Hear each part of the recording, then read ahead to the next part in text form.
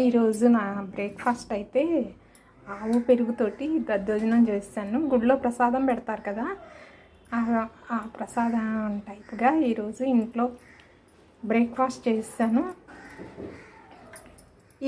ఈ దద్దోజనంతో ఇంకా ఏ చట్నీ కాంబినేషన్ కూడా అక్కర్లేదు. ఇందులో అల్లం పచ్చిమిర్చి కూడా వేస్తాం కాబట్టి, పోపులో వేసి వేయించుతాం కాబట్టి అదే కారం సరిపోతుంది.